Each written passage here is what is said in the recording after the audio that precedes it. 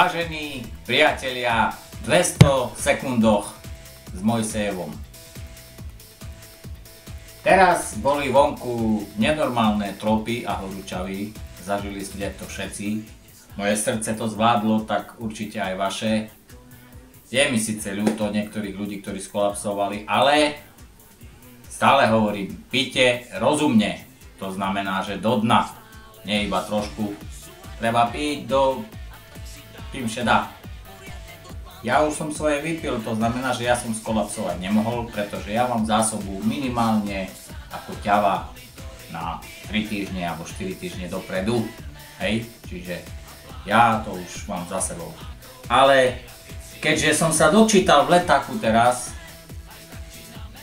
predtým, jak som bol na Sri Lanke, oni síce hovoria iba Lanka, ale ja hovorím Sri Lanka, nie Sri Lanka, jak dachto, Sri Lanke, tak som zbadal v letáku, že majú hodinky za 75 rupí, čo je nejakých 50 centov. Takže ako správny východňar som nemohol odolať a musel som jednoducho na tú Sri Lanku si po tie hodinky vycestovať. Dal som za letenku 500 eur a musel som si kúpiť, lebo za 50 centov nekúpiť jedny takéto krásne hodinky, pozrite, majú jak na dome svätej Alžbety, majú ciferník. Ale prestali ísť. Prečo prestali ísť? No preto, že boli vysoké horúčavy.